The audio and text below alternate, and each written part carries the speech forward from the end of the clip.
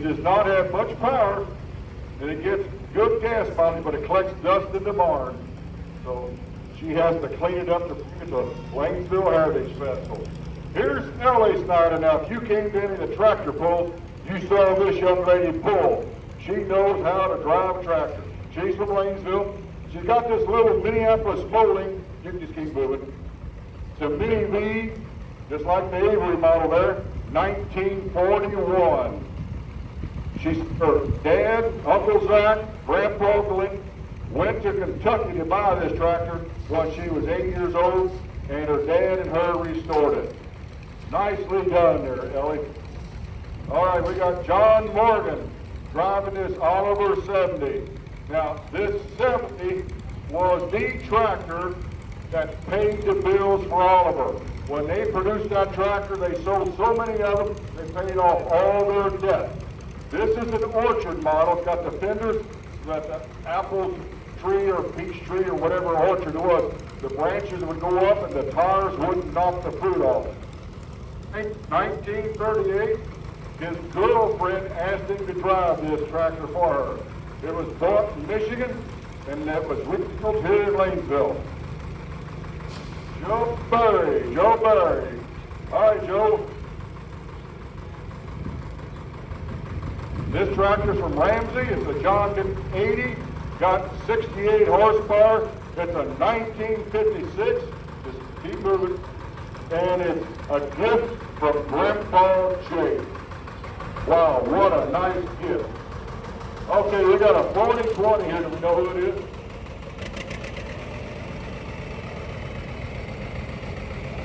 (1971) 4020, Mike Bushybar's grandson.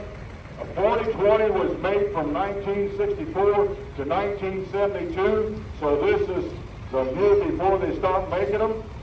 The John Deere company made 175,000 of 4020s, and a lot of farmers today still have them on the farm using them.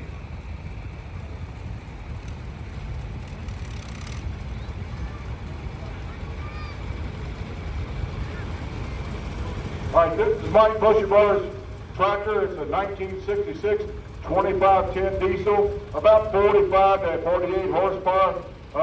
Very good utility tractor for a lot of farmers, but there were some farmers that was the big tractor on the farm as well. Today, those two tractors are a lot of tractor parades. Jolie Hahn, Gordon, Indiana. She's got a Farmo A 1940 model, and this tractor came out in 1939. That was the first year built. 1979 was the last 140 built. So this tractor in this style built for 40 years. Okay, you look good up there, young lady. They bought it in 2017 and repainted in 2018.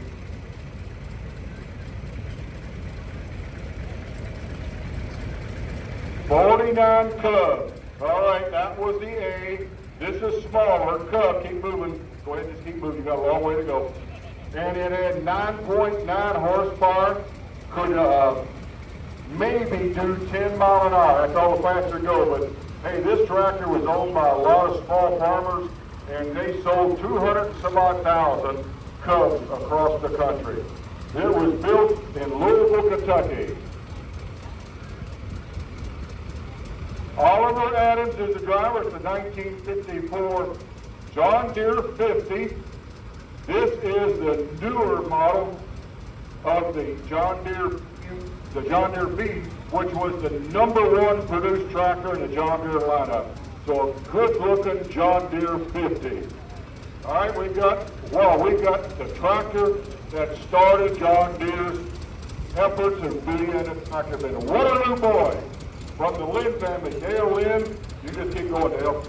The Lynn family's got this Waterloo Boy, the first tractor that John Deere built, sold, and from here they went to the John Deere D, but when they bought the Waterloo Boy company, they got so many two-cylinder engines, that put them in the two-cylinder business. Here's another two-cylinder right here. By the way, that Waterloo Boy is a 1921 model. 1921. From the Lynn family, we got a John Deere 720 diesel here.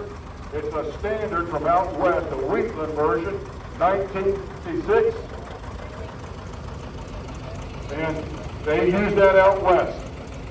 We didn't really use them around here. We got another Lynn family John Deere, Lynn family here in Lanesville, a 620 standard LP. But this tractor did its work out west. There's only 37 LP John Deere standards built.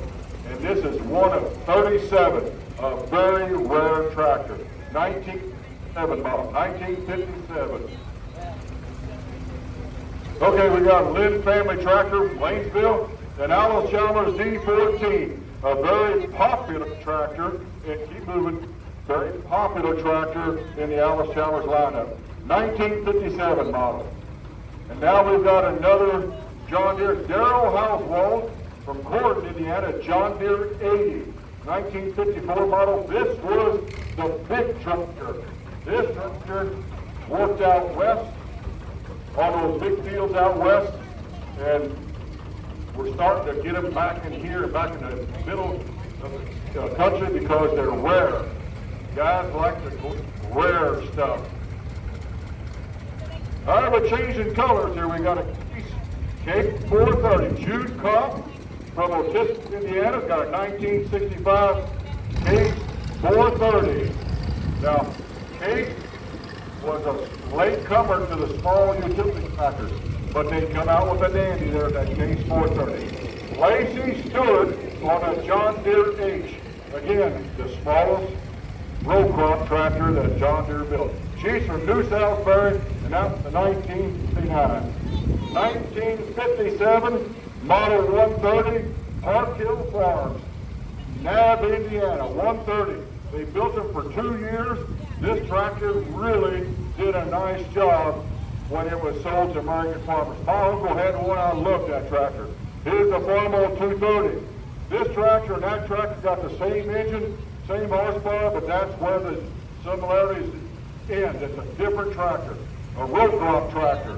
We've got a 350 here, also from Park Hill Farms, Nab, Indiana. This 350 replaced the 300, which replaced the H that we talked about earlier. 350, there was a period of time where 350s were coming off the assembly line 300 every day. How you doing, sir? A 1957 Farmall 450. This was not the biggest dog, but this was a big dog for a lot of farms here in the Midwest. 450, basically a full plow tractor. Replaced the Super MTA.